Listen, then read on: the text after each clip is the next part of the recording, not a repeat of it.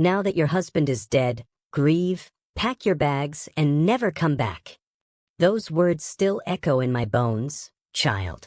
My daughter-in-law spoke them 3 days after we buried the man I'd loved for 43 years, 3 days after I'd kissed his cold forehead and whispered promises I couldn't keep. She stood in the doorway of the home we'd built with our own hands, arms crossed like a gatekeeper, eyes empty of mercy. I remember thinking the cruelest part wasn't what she said. It was how easily she said it, as if my entire life could be erased with a single breath. But grief, I've learned, doesn't just break you. Sometimes it sharpens you into something they never expected. Welcome back to Grandma Alice Stories, where life's hardest lessons become the wisest tales. I'm Alice, and today I'm sharing a truth that still makes my heart ache, but also reminds me that we're stronger than our breaking points. If my stories touch your soul, subscribe and help me reach 1,000 subscribers before next week. You're part of this family now. Let's walk this path together. The morning Harold died, the sky was the color of old pearls, soft, gray, undecided between rain and light. I held his hand as his breathing slowed, counting each exhale like precious coins I couldn't afford to lose. 43 years of marriage don't prepare you for the silence that follows the last heartbeat. They don't tell you that the house suddenly sounds different, that every corner holds a conversation you'll never finish, that your own breath feels like betrayal because his has stopped. Our son, Michael, arrived an hour after the hospice nurse called. He walked through the door with Jennifer, his wife of 8 years, trailing behind him like an impatient shadow. Michael's eyes were red, his shoulders bent under invisible weight.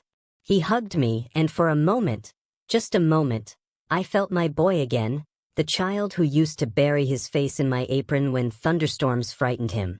But Jennifer didn't hug me. She never did. She stood by the door, checking her phone, her perfectly manicured nails clicking against the screen like tiny hammers.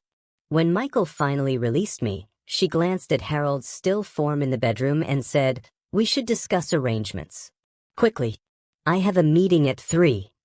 I should have seen it then, the coldness that lived beneath her polished exterior. But grief makes you stupid and generous. You want to believe people are better than they are because you need goodness to exist somewhere in a world that just took your heart. The funeral was small, dignified, exactly as Harold would have wanted. White roses because they were his favorite. A single violinist playing Amazing Grace, because that hymn always made him cry in church.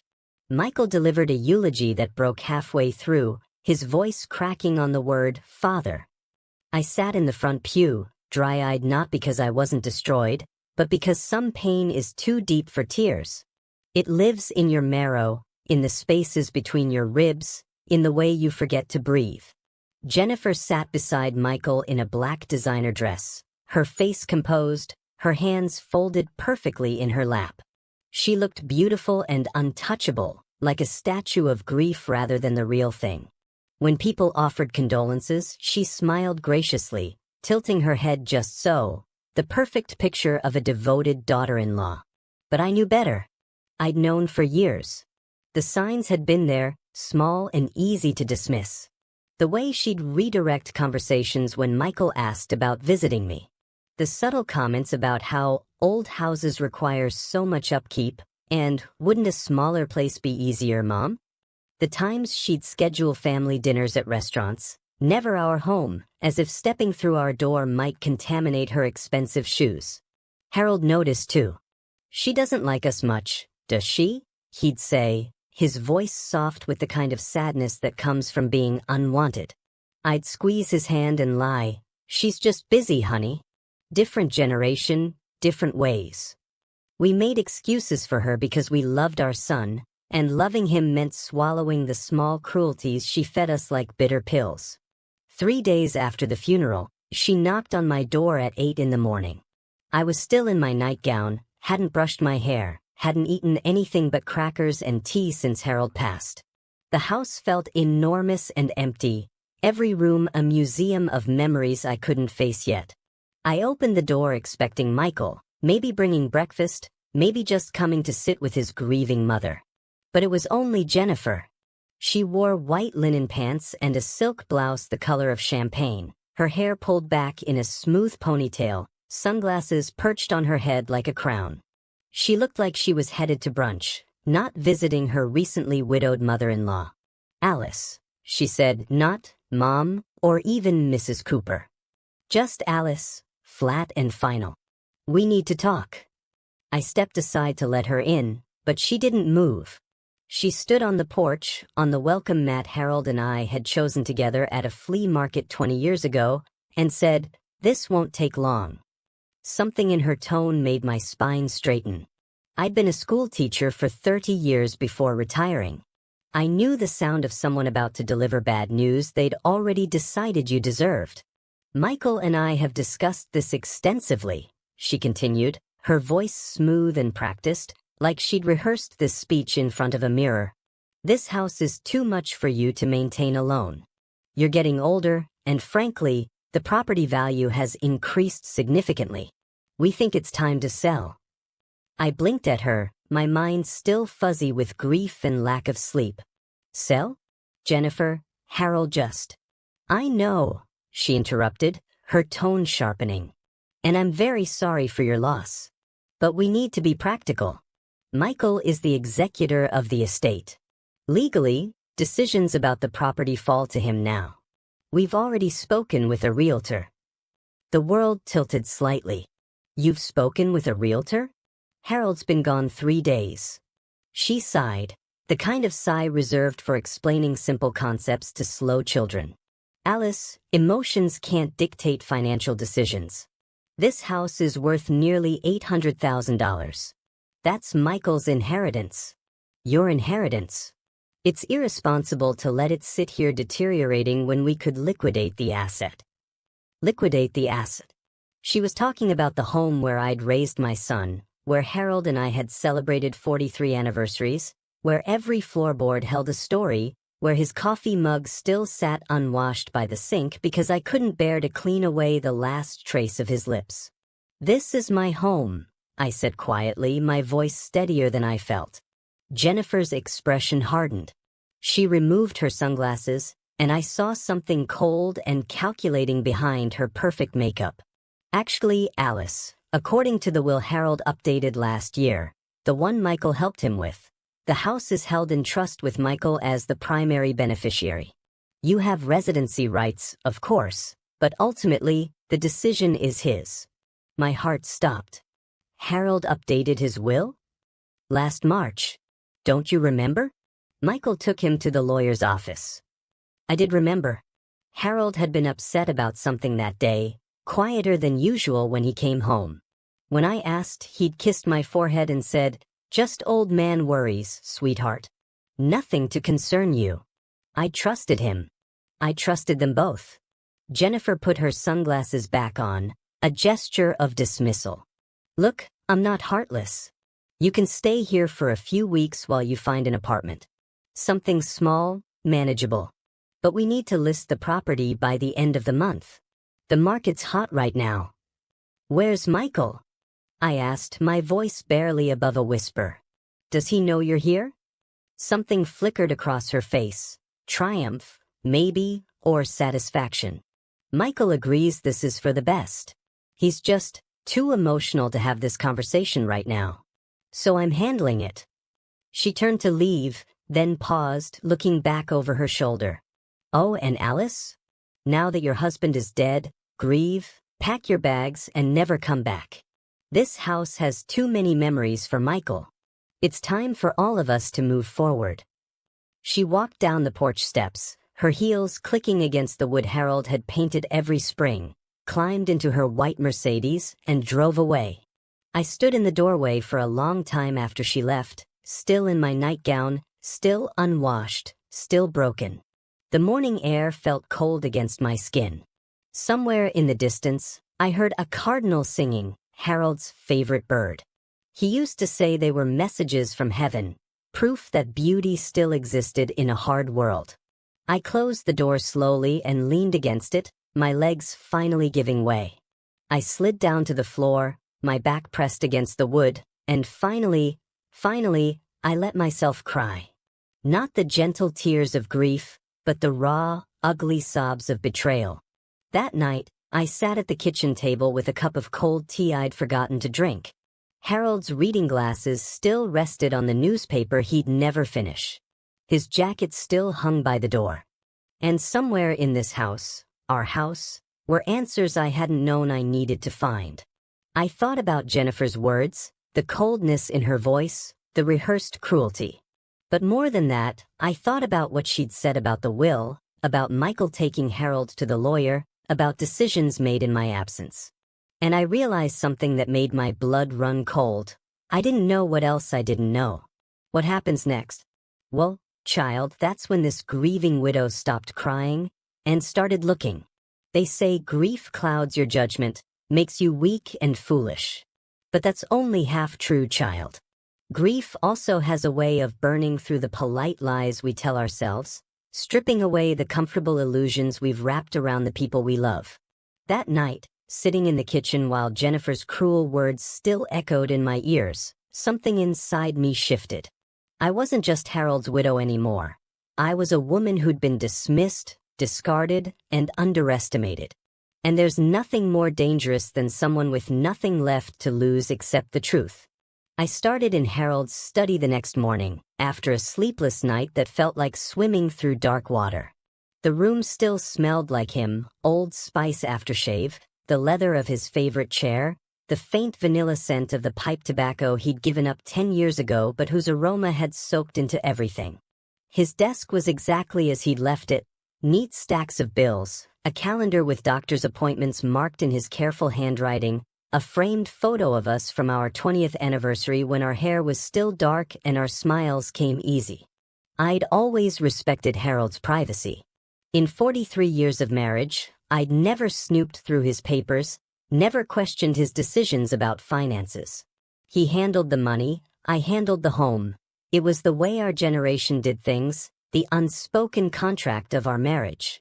But respect is a luxury you can't afford when someone's trying to steal your life.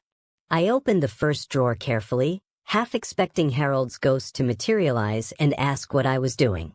Inside were the usual things: stamps, paper clips, a calculator from 1987 that still worked perfectly. The second drawer held files labeled in his meticulous print: insurance, taxes, medical, house documents. I pulled out the house documents folder first, my hands trembling slightly.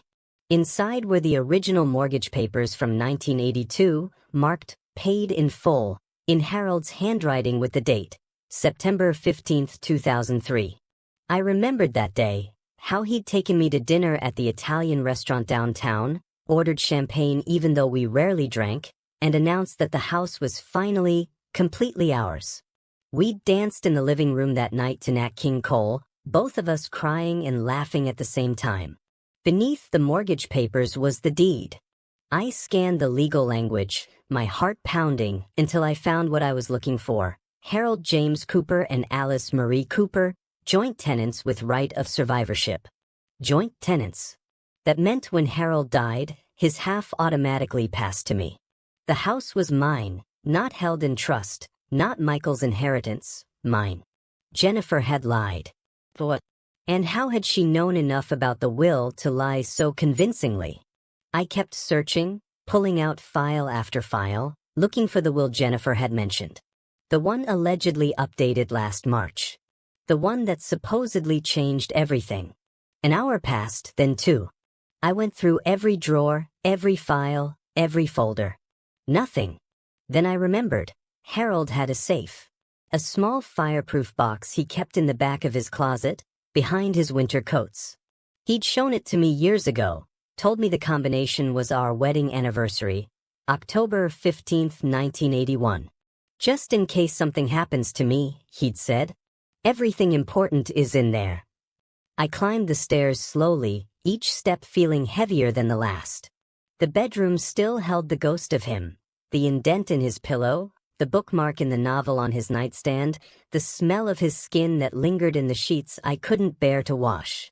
I opened the closet, pushed aside the coats, and there it was, a gray metal box, unremarkable and dusty. My fingers shook as I turned the dial. October 15, 1981. The lock clicked open.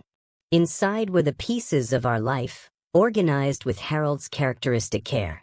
Birth certificates, mine, his, Michael's. Our marriage license, the paper yellowed with age. The title to the car. Life insurance policies. And at the bottom, in a manila envelope marked Last Will and Testament, the document I'd been dreading to find. I pulled it out carefully, as if it might disintegrate in my hands. The will was dated June 12, 2018, 7 years ago, not last March. I scanned the pages, my vision blurring with tears, until I found the relevant section. I leave my entire estate, including but not limited to my house located at 427 Maple Street, all bank accounts, investments, and personal property, to my beloved wife, Alice Marie Cooper. Should she predecease me, then to my son, Michael Thomas Cooper. It was clear, unambiguous. Everything came to me first. There was no updated will. No trust with Michael as primary beneficiary. Jennifer hadn't just lied. She'd fabricated an entire legal document that didn't exist. But there was more in the envelope. Beneath the will were bank statements I'd never seen before. Harold had always handled our finances through our joint checking account, and I'd trusted him completely. But these statements were for accounts I didn't know existed. A savings account at a different bank, a money market account, investment portfolios. I stared at the numbers, trying to make sense of them. The savings account alone held over $200,000. The investments were worth nearly $500,000. Combined with the house, with our regular savings, with Harold's life insurance, we weren't just comfortable. We were wealthy. Why hadn't Harold told me? Why had he let me believe we were scraping by on his pension and Social Security, let me clip coupons and buy discount groceries and worry about every unexpected expense? A piece of paper fluttered from between the bank statements. I picked it up, recognizing Harold's handwriting immediately. My dearest Alice, if you're reading this, I'm gone, and I'm so sorry. I kept these accounts secret not because I didn't trust you, but because I wanted to protect you and protect what we built together. Over the past few years, I've watched Jennifer influence Michael in ways that frightened me. She's always asking about money, about the house, about what we're planning to do with our estate. Last year, Michael came to me with papers to sign, said it was just to simplify things when I passed. Jennifer had convinced him it would be easier if everything went into a trust with him as executor. I refused, Alice. I told him no, that everything was yours, would always be yours. He got angry, angrier than I'd ever seen him. Said I didn't trust him, that I was choosing you over him. I wasn't choosing anything except what was right. But I realized then that Jennifer had her hooks deep in our boy, and she was patient enough to wait me out. So I moved most of our assets into these separate accounts, ones only you and I are named on. I updated all the beneficiaries to you alone. I made sure that when I'm gone, she can't touch what we built. I'm sorry I didn't tell you while I was alive.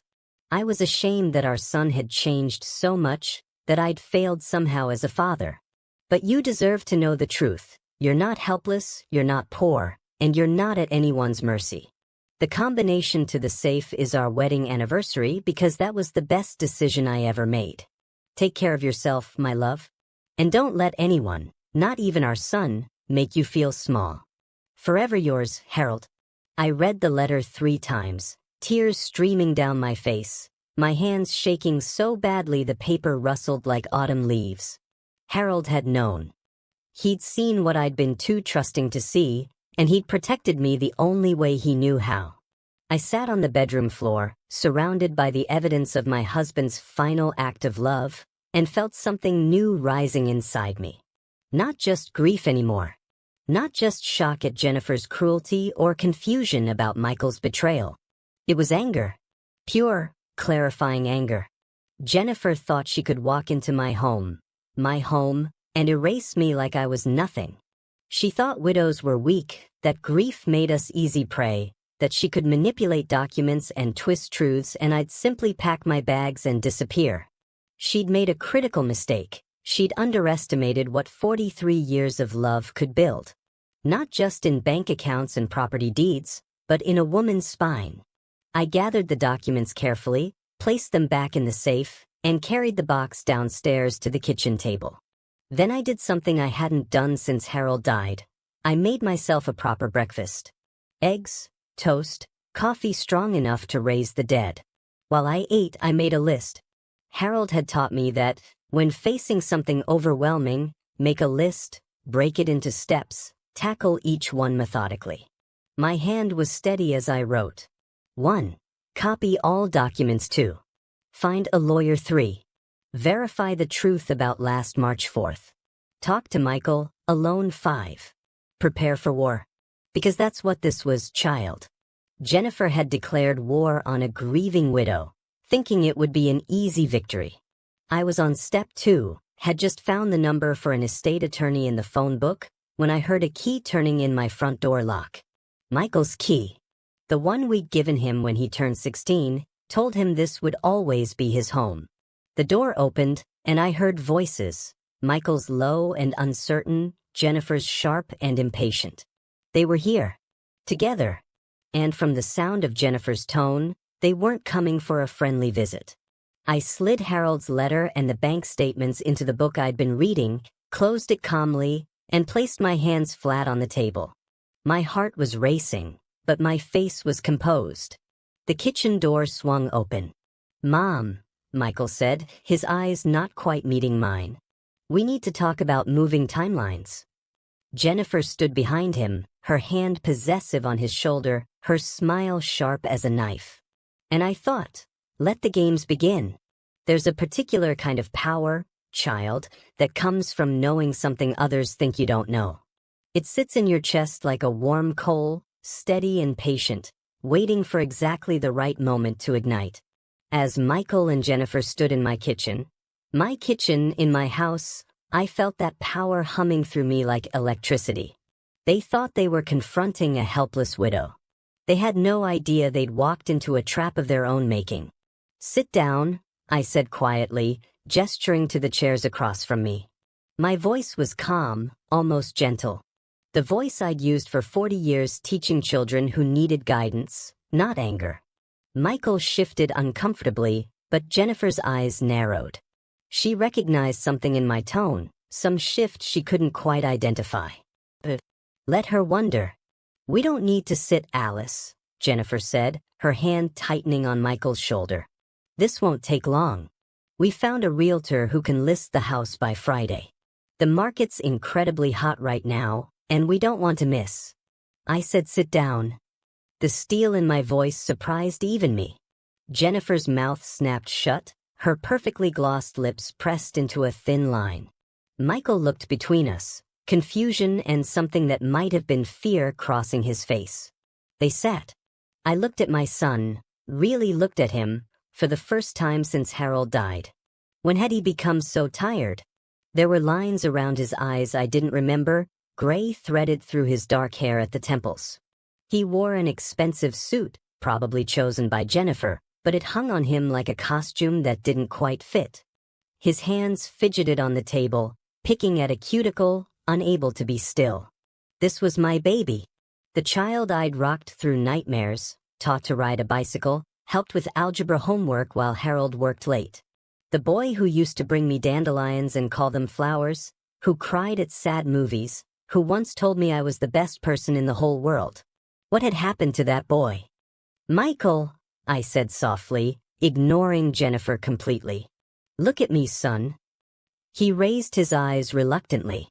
There was guilt there, swimming beneath the surface like something drowning. "When did you take your father to change his will? Last March, wasn't it?" Jennifer's sharp intake of breath was satisfying, but I kept my eyes on Michael. His face paled. "Mom, I can explain." "Did you take him to a lawyer?" "Yes, but—" "And what did the lawyer say when your father told him he wanted to put the house in a trust with you as executor?" Michael's mouth opened and closed. No sound came out. Jennifer's hand moved to his arm, her nails digging into his sleeve, but he shook her off. "The lawyer," he said. Michael swallowed hard. He said Dad didn't need to change anything, that the will he had was clear and legally sound, that everything would pass to you automatically as joint owner and primary beneficiary. And what did your father say? Michael's voice dropped to barely a whisper. He said that was exactly what he wanted, that you deserved everything, that you'd earned it through 43 years of loving him through everything. A tear slid down my son's cheek. He told me he was disappointed in me, Mom. Said I'd let Jennifer poison my mind against my own mother. We argued in the parking lot. He said if I couldn't see what she was doing to our family, then maybe I wasn't the man he'd raised me to be. The words hung in the air like smoke. Jennifer's face had gone rigid, her jaw clenched so tight I could see the muscle jumping beneath her skin. That's not fair, she hissed. Michael was just trying to help you, Alice. Trying to make sure you'd be taken care of. By lying to me? I turned to her now, and whatever she saw in my eyes made her lean back in her chair. By telling me there was a new will that didn't exist? By trying to throw me out of my own home 3 days after I buried my husband? Jennifer stood abruptly, her chair scraping against the floor. You know what? I'm tired of playing nice. You want the truth, Alice? Fine. Here's the truth, you're a burden. You've always been a burden. Michael has bent over backwards trying to please you, trying to be the perfect son, while you and Harold sat in this house acting like martyrs with your humble lifestyle and your "we don't need much" attitude. Her voice rose, sharp and cutting. Do you know what it's like watching my husband feel guilty every time we buy something nice because his parents are struggling? Do you know how exhausting it is pretending to care about your boring stories and your ancient furniture and your pathetic little life? Jennifer, Michael stood, his voice shocked, but she whirled on him. No, I'm done pretending. Your mother has had her time. She's old, Michael. Old and alone and completely useless. This house is worth money, real money, that we could use, that we deserve after everything we've put up with. I'm not going to apologize for wanting a better life for us. The mask had finally fallen. This was who Jennifer really was beneath the designer clothes and practiced smiles. Someone who saw people as obstacles or assets, nothing more. I stood slowly, my hands pressed flat against the table. I was 73 years old, wearing my oldest cardigan with a button missing, my gray hair pulled back in a simple bun. I probably looked exactly as Jennifer described, old and weak and useless. But Harold's letter was hidden in the book 3 feet away. His safe full of documents was upstairs. And I had something Jennifer would never have, the unshakable certainty of being loved completely by a good man for 43 years. Get out of my house, I said quietly. Jennifer laughed, a sharp bark of sound. Your house? Michael is the executor of the estate. Legally, he can.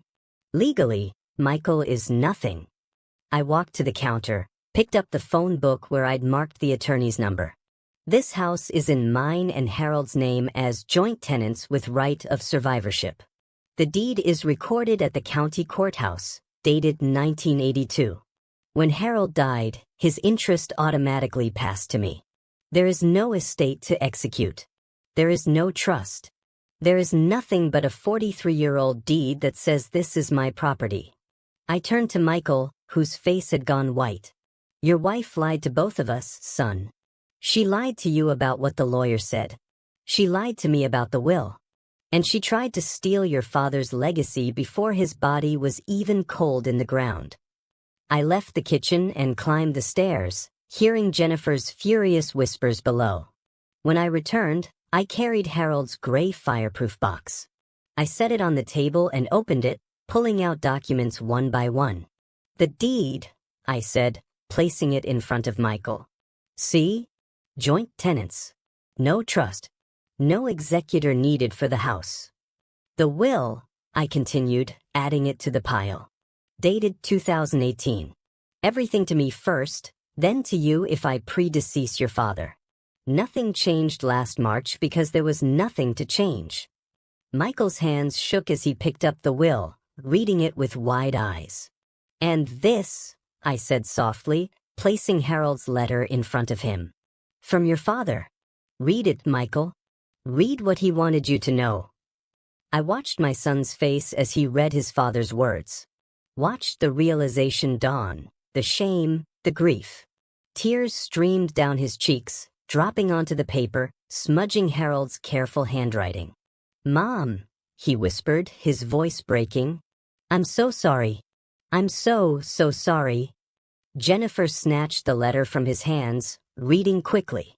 Her face cycled through emotions: shock, fury, calculation. When she finished, she crumpled the paper and threw it on the table. So what? She spat. So Harold was paranoid and controlling in his old age. So he hid money from his own wife and wrote dramatic letters. That doesn't change the fact that you can't maintain this house alone, Alice. You're going to end up in a nursing home anyway. We're just being practical. We're done, Michael said suddenly. His voice was hollow but firm. He stood, pushing his chair back. Jennifer, we're done. She stared at him. What? I said we're done.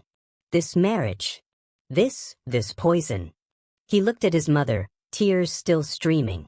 I chose wrong. I chose so wrong. Dad tried to tell me, and I didn't listen. I'm sorry. Jennifer's face twisted into something ugly. You're going to throw away 8 years of marriage because your mother played victim? Because she found some old letter? Michael, be reasonable. Get out, he said. Get out of this house. Get out of my life. Jennifer left in a fury of slammed doors and shouted threats about divorce lawyers. Michael and I sat in the kitchen long after her tires squealed out of the driveway. The silence was heavy but not uncomfortable. It was the silence of a wound beginning to clean itself, painful but necessary. I don't expect you to forgive me right away, Michael finally said, his voice raw. I don't know if I can forgive myself. I let her turn me into someone Dad wouldn't recognize. I reached across the table and took my son's hand. It was bigger than mine now, weathered and adult, but I could still feel the small boy's fingers I'd held crossing streets. Your father would be proud of you for choosing truth today, I said. That's what matters. Not that you were fooled, but that you saw through it when it counted. We talked for hours that afternoon. Michael told me things I hadn't known. How Jennifer had isolated him from old friends, how she controlled their finances, how she'd convinced him that I was judging their lifestyle, that Harold and I resented their success. He cried. I cried. And slowly, carefully, we began rebuilding what had been broken. 3 months have passed since that day, child. Michael filed for divorce. Jennifer fought it tooth and nail, trying to claim rights to money that was never hers, spinning stories to anyone who would listen about how she was the victim of a manipulative mother-in-law. But truth has a way of winning when you have documents, witnesses, and a lawyer who believes in justice. The house is still mine. Harold's legacy is protected. And Michael comes for dinner every Sunday, just like he used to before Jennifer. We're healing, he and I. Some wounds take time, but at least we're facing them together. I learned something through all this. They can call you old, weak, useless, but words only have the power you give them. And a woman who's been loved well, who knows her worth, who has truth on her side. She's the most dangerous thing in the world to someone who deals in lies. If this story touched your heart, child, subscribe to Grandma Alice Stories. Share these lessons with someone who needs to hear them. Together, we're building a family that believes in truth, justice, and the quiet strength of those who've been underestimated. Hit that subscribe button, leave a comment telling me your story, and remember, you're stronger than anyone who's tried to make you feel small. Until next time, this is Grandma Alice, reminding you that love and truth always win in the end.